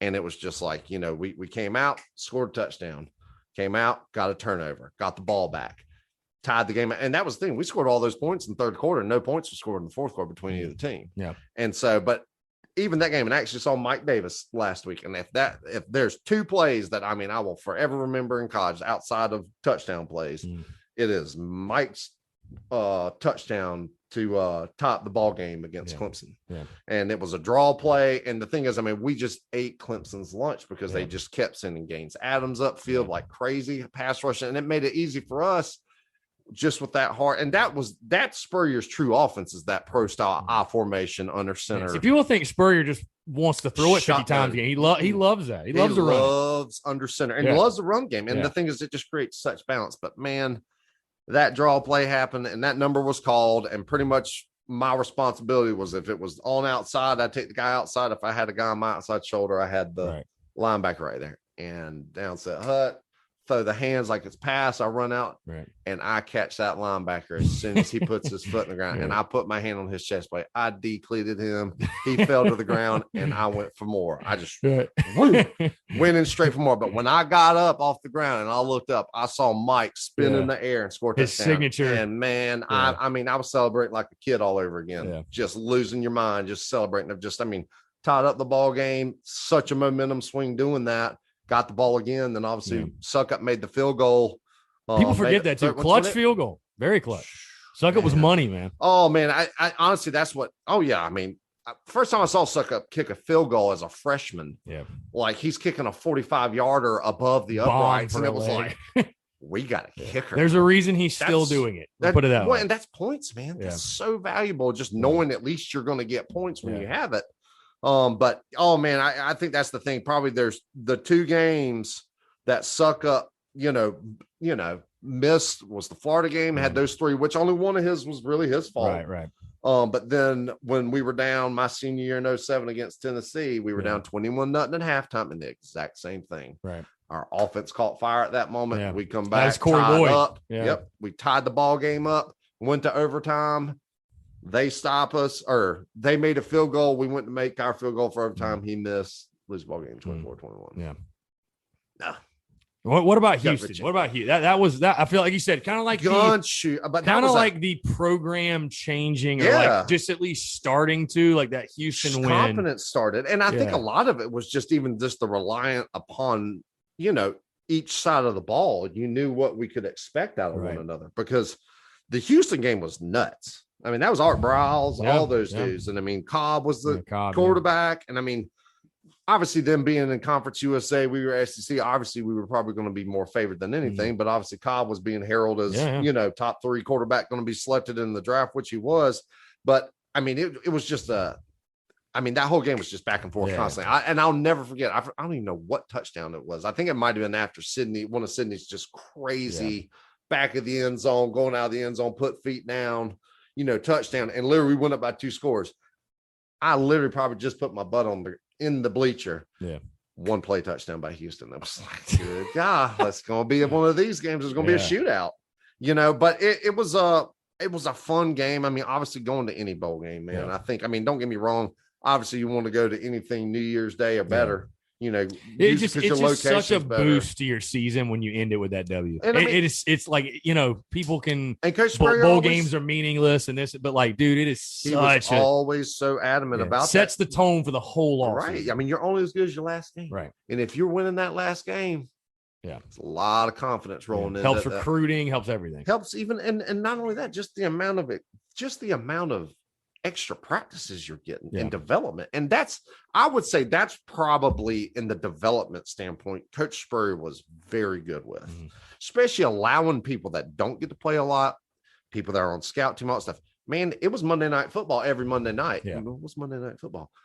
So the guys that are starting playing a lot, we're going through correcting mistakes, doing a little bit of game plan for that week. But then when Monday Night Football would happen, all the guys that are on scout team, walk-ons, freshmen that are redshirt, all this stuff, it would literally be offense against defense. Yeah. And it was coaches calling our ball plays, their ball plays, and they would go out there and play full sprint. But at least people are developing, they're competing. Getting the opportunity to and and if they're showing something flash, they're getting an opportunity. Yeah. And honestly, that's talking about Coach Beamer. Yeah. My freshman year, man, I think it was just great. And it just really showed the type of coaches that he was, even at that age, of just how well he scouted.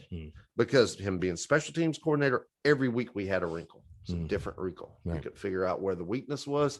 This is what we're doing this week. This is what we would execute. Right. But even the evaluation standpoint with him being involved as the special teams coordinator, everybody got to look, man. Yeah. If you were a DB, wide receiver, linebacker, safety, fullback, running back, you put your hand on the line, and it was seeing how fast you could get off the football to get to the punt, And so to me, that gives people opportunities. Yes, you're going to try to put your best players out there the whole time, but when it comes down to late in the season, injuries, banged up people, you got to have the next guy that can step up and do it. But you're having the opportunity to play. There's 3 phases to the game, and special teams is just as important too, man. And honestly, man, and it's just, I think just the seeing each other compete, seeing how competitive it is, it just brings the best out of everybody. And again, the thing, I think it was A&M, I guess, A&M this past year, we got smoked. 48-3. Smoked. Okay. Yeah. And it's nothing against anybody that's playing there. But I think I'm almost positive on our first possession, we got stopped. We kicked a punt. We downed it inside the 10-yard line. That is something to get excited about. Right. Yeah. Our guys get to pick up the ball, and they hand it to them. Right. You don't see anybody congratulating one another. You don't see them hitting heads. You don't see them patting each other on the butt, back, whatever you want to call it. Yeah. It's an emotional game. Right. And you have to play within yourself. But guess what, man? It's me against them. Right. You want to win or not. Yeah. And so that's it. I just, again, it's just so much I think can be just even seen with body language. I mean, just from a play, from people looking to the sideline, getting a K, putting their hand on the ground, rather than sitting there communicating, talking, getting on each other's butts. I mean, we're all there to compete and win, man. And a lot of it is too. I think you got to leave your feelings at the door. Yeah, ain't personal. It's business, man. Yeah, for sure.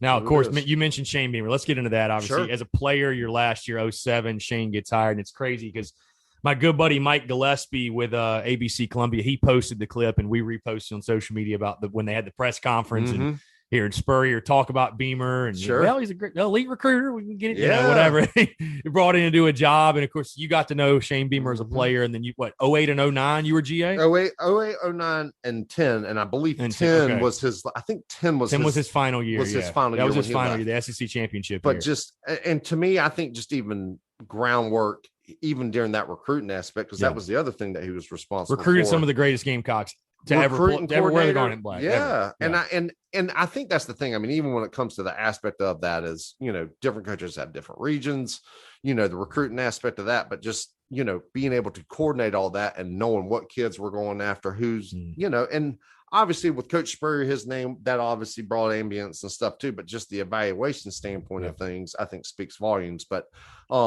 again, I think even playing with, Coach Beamer, with him being the special teams coach, I mean, I tell people, for me, I think it was probably one of the other highlights of my playing career was our kickoff return team my senior year.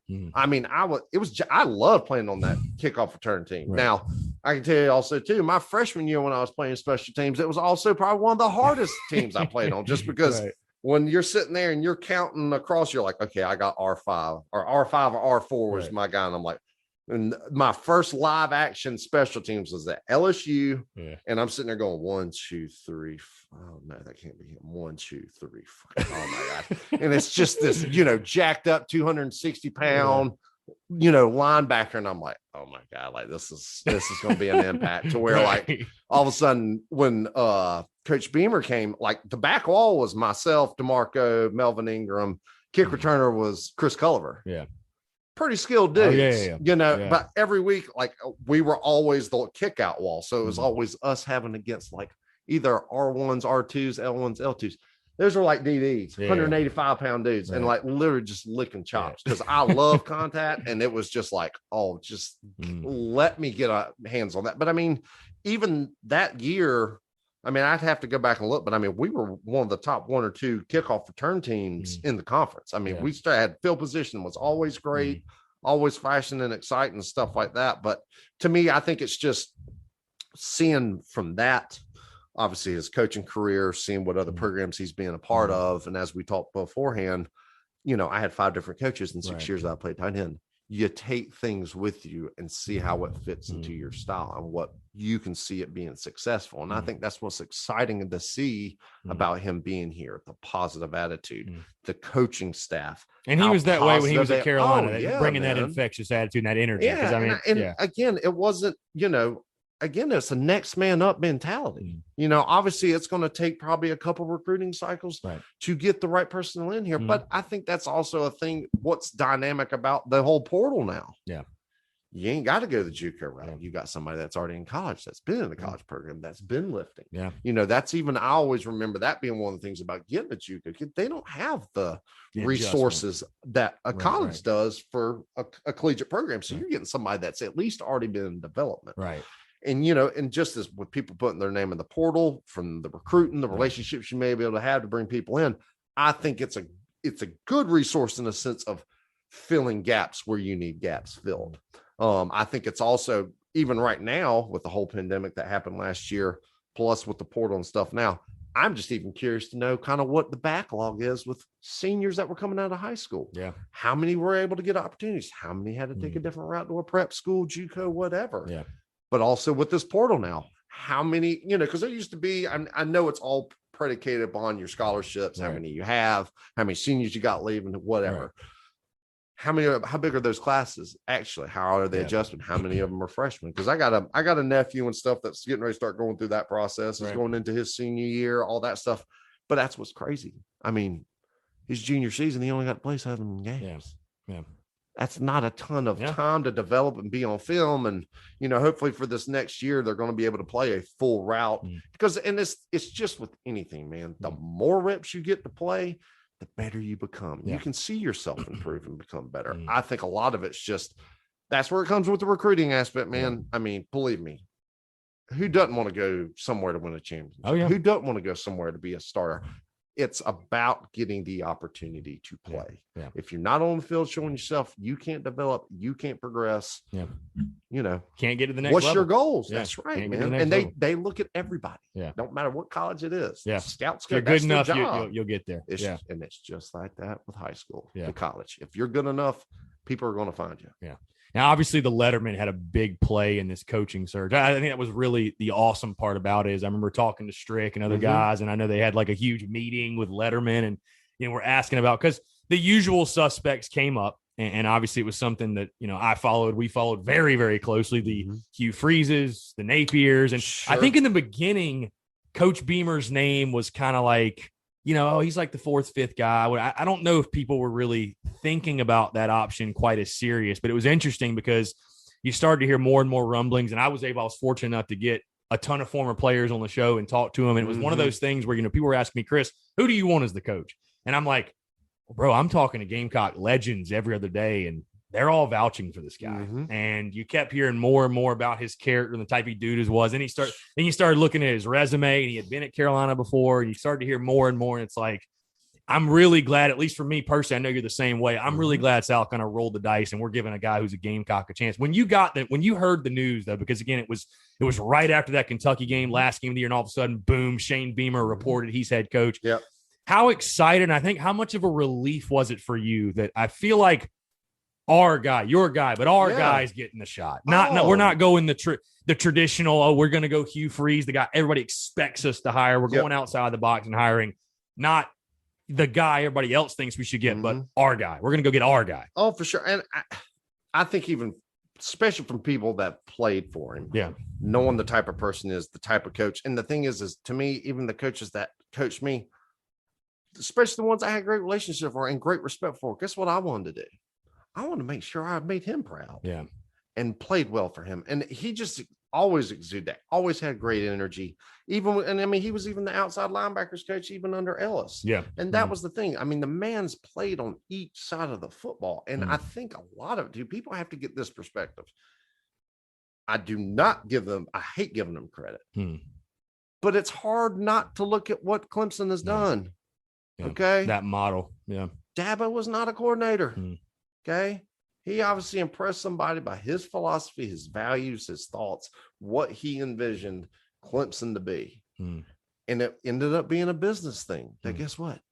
He was paid $1.5 million. Yeah. His coordinators were paid 1.2. That was the risk. Yeah. Okay.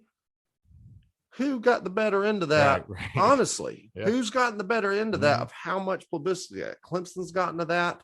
How much exposure, how many national championships? I mean, again, when you mention the top college programs in college football right now, it makes me vomit. Yeah. Clemson is one of them, and that's where I think with Coach Beamer coming in, knowing his track record as a recruit, knowing the type of person he is as a coach, seeing how people respond to his coaching, you can only be encouraged that this is the direction that it needs to turn. Because as we said, there's talent over there, man. Yeah. I know there's talent in that building. There's question. talent over there, and it's guys that if you believe in recruiting, and we all do, you gotta. That says there's talent. And that's what we said even earlier. That's what's crazy to me is you're seeing these guys get drafted 4 straight years. How much talent South Carolina's been putting into guys the winning draft. Super Bowls, and like dudes going on free agents, starting, and I'm like, where? Like, how in the world? And it's.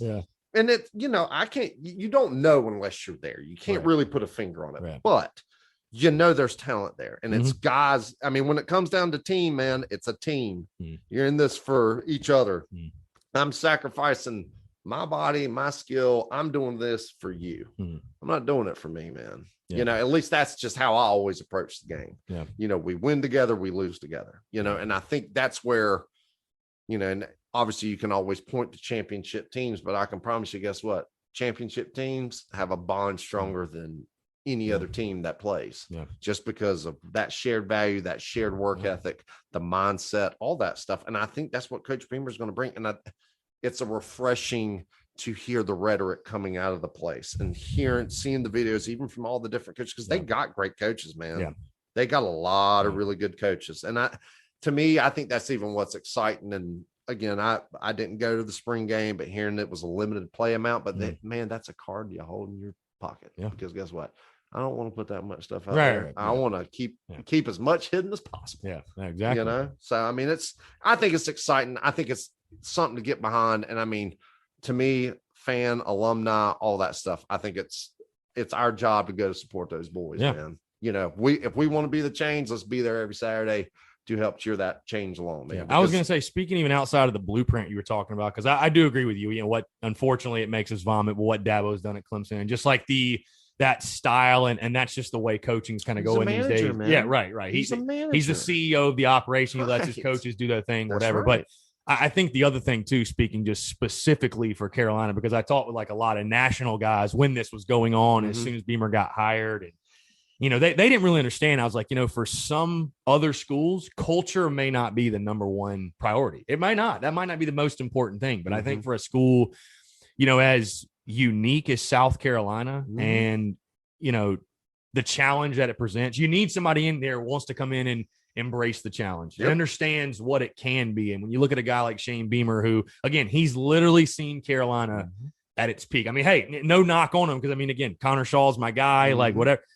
Those 11 to 13 teams were great, but only one team's ever gotten to Atlanta. It's the one Beamer was a part of. Right. You know what I mean? So he's literally seen it at the pinnacle of the program, you could say. And I think getting somebody that's going to bring that culture, I was, like I said, fortunate to talk to guys like Swearinger and DeMarco and Garcia. And they all just, I mean, every conversation, strictly, they were culture, every combo you have. But it's just like people keep saying that because it's just so important. It's like Tori Gurley told me, he said it perfectly. Takes a Gamecock to know a Gamecock. Yeah, it's just it's a different type of job. You can't approach it with a Hugh Freeze or a Napier or some cookie cutter approach. It's a different type of animal, and you got to treat it as such, I think. And I think that's where, and I know it because I know Coach Beamer got the question because it always referenced back obviously to his dad. And his dad didn't have a winning season in 6 years at Virginia Tech before he turned it around. And now that model right there is going to be long and forgotten because you're probably not going to get all that. And he realizes that, you got to win ball games, or at least you have to show that progress. And and honestly, if there's somebody that you could put, a model on and a blueprint too, that guess what? It's taken them time, but the man's a great coach and they've done great success. It's Kentucky and Stoops, man. No joke. He went from being D coordinator at Florida State, winning the national championship, to being, head coach at Kentucky. And it's taken a while to build, getting the right pieces in there. But that's what you're entrusting with a hire like this. And I think that's what Shane's going to bring to the table, and especially even the talent of coaches that he has around him. And I think he's got coaches around him that are going to be here. And that's the hardest. They want to be here. That's you keep hearing that. Guys want to be here. It's like, people say, why is that important? It's like, for here it is. It just is. And this isn't a stepping stone. It's not a bunch of, with all due respect, it's not a bunch of Georgia and Florida alums that are just here for a paycheck. And it's guys that want to be at Carolina. And it's not an ever-changing coaching staff. You got people that want to build something here. And I think that's even one of the things that you hear. Again, you have to put a damn earmark by the Clemson coaches, man. It's just, guess what? You mean tell me them dudes don't love being at the same school year in, year out? That's job security for them, man. And not having to worry about where's the next job going to be. Where am I state? Where am I moving my family? Coaches are human beings, right? It sucks having to move every year. And that's and obviously just even from what they've built. And I think it's great expectations. I think it's great challenges and stuff like that. I think it's just, again, it's going to take time, obviously knowing where there's holes, that have to be filled from so many people going into a transfer portal and all that stuff too. But again, you're only as strong as your weakest link, man. And I think that, to me, I just want to see people compete, man. You're playing big time college football. Okay. You got a scholarship. When it comes to Saturdays, is out there earning it. And there ain't nothing better than hearing that place roar, man. And it's a fun atmosphere to play in when it's hopping like that too. And I've been there, believe me, probably nothing still beats, I was there for the Ole Miss game, the whole sandstorm stuff going crazy. I remember, I was in the box with whole, we beat #1 Alabama, but even when I got done coaching, at USC and was at Heathwood and stuff, I came back and when we smoked Georgia, man, that stuff nothing better. Fun. That was fun to see, fun to be a part of. And all the years that we did. I remember believe me, I didn't move from my seat from the pouring rain when we stopped Gurley. We stuffed him on 4th and 1, man. Golly, man. I don't talk a bunch of trash, but boy, I was talking trash after that game. Golly, I was letting Georgia fans have it going down the walkway. God, man. But I think it's exciting times, man. I think people have to think that way in an optimistic standpoint, because I'm telling you can't tell me some of the stuff that you've seen. And again, to me, I think it's just even body language, man. It's hard. Football's hard. College football's hard. And to see, you got to fight, grind every little bit of thing. Everything matters. And I think that's just when you talk about culture, mindset, every play, man, every play. We stuff somebody, get excited about that shit. We make a damn big play, get excited about that shit. Hell, I saw Justice Cunningham. I saw him about a month ago. Literally went and saw my nephew play up at Mallard Creek, and I saw Justice walking by, and I was like, God, that looks like Justice. Texted him and stuff, but that young man there, man. I worked with him even after I left USC. Cunningham, the dreads, man. But that catch he caught against Vanderbilt, man. I don't know where I was. I could have been in my own living room. I could have been at a bar, but I remember him catching that, and I just popped up out of my seat and just let out the biggest Ric Flair, woo, jacked as hell, man. But that's, everybody that plays there has that affinity and wants to see people have that success, man. I promise you, hell, even when I didn't even play baseball, but when the baseball team won a national championship, especially on that national stage, shit, my ass cried too. That shit's awesome. It only happens. So, there's only certain opportunities you're going to get. Yeah. Take advantage of things like that.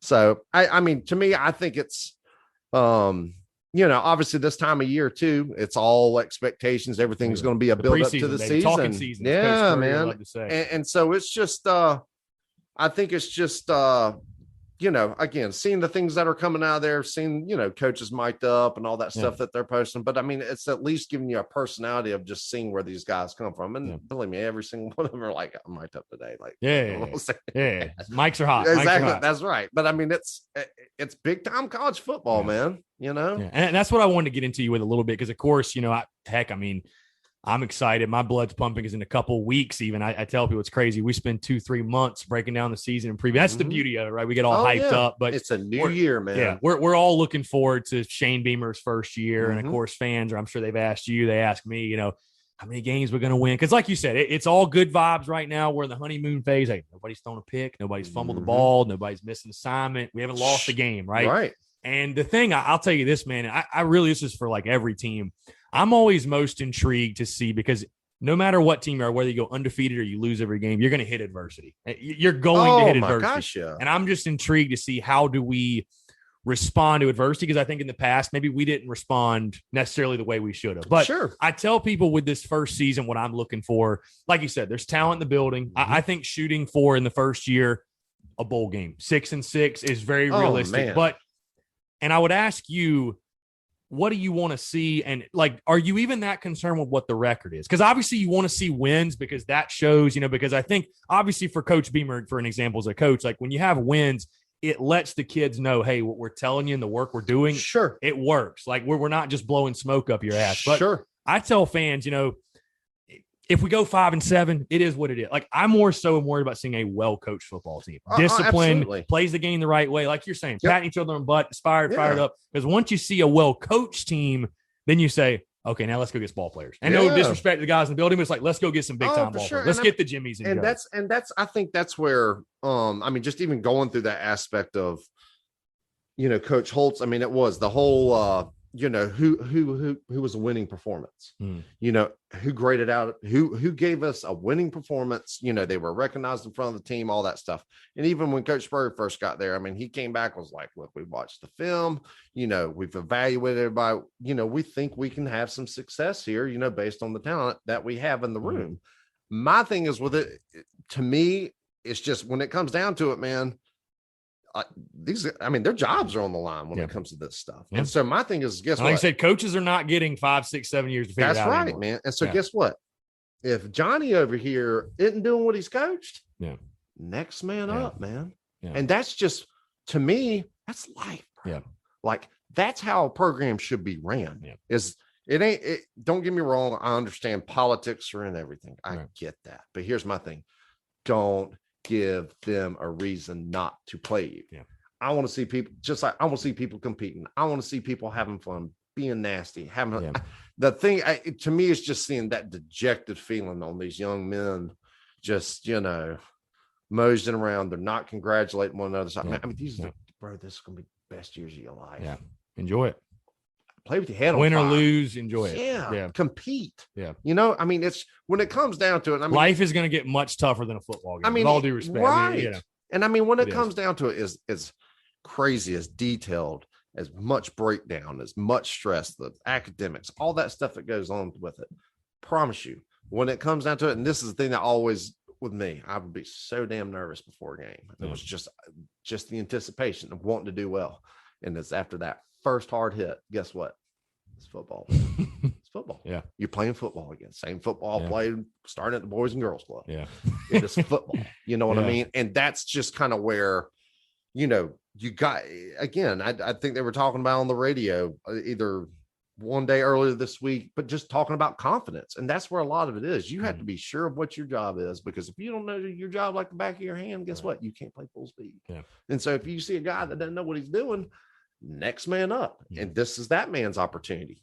Ball comes your way, catch the ball, And I mean, again, I think a lot of it's just that's what I think is just even the other dynamic card with this whole portal, man. Yeah. You know, with them being able to try to fill holes, are these guys that are and South Carolina got a lot of them. Shane Beamer, Yeah. I think we got like 10 guys out the portal. You saw him in the spring game making an impact. And but that's what it's going to take. But here's my thing: if you want to put your best players out there, it's going to give you a chance to win. If you got people out there that playing for themselves, not doing their job as they're coached, next man up, man. Whether they're the best man or not. Yeah, I think that's just hierarchy thing, in a team aspect of thing. If you're not doing as your coach and this is what you're preaching, you got to stick to it.